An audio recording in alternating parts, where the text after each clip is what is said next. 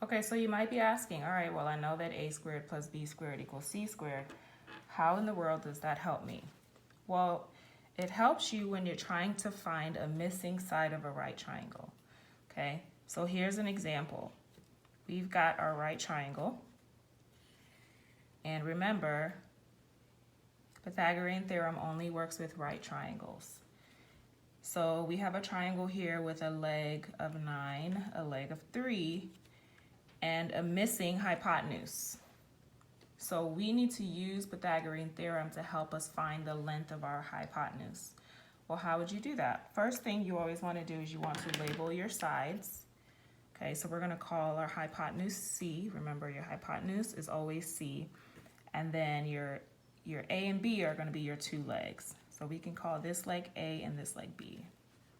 Okay, so if Pythagorean theorem says that A squared plus B squared equals C squared, we can use this to help us solve for C.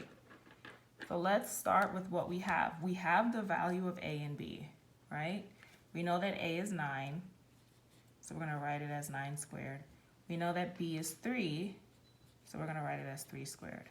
We do not know the value of C, so we would just leave it as C squared, or you could write it as X squared. Doesn't matter. Okay, so now we can just go ahead and solve. 9 squared is 81, and then 3 squared is 9. We still don't know the value of C squared yet, so we're just going to keep it as is. 81 plus 9 is 90.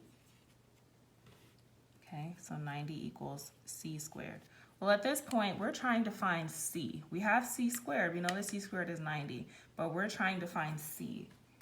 So in order for us to find C, we have to undo this squared here. And the way we undo a squared is by doing the square root.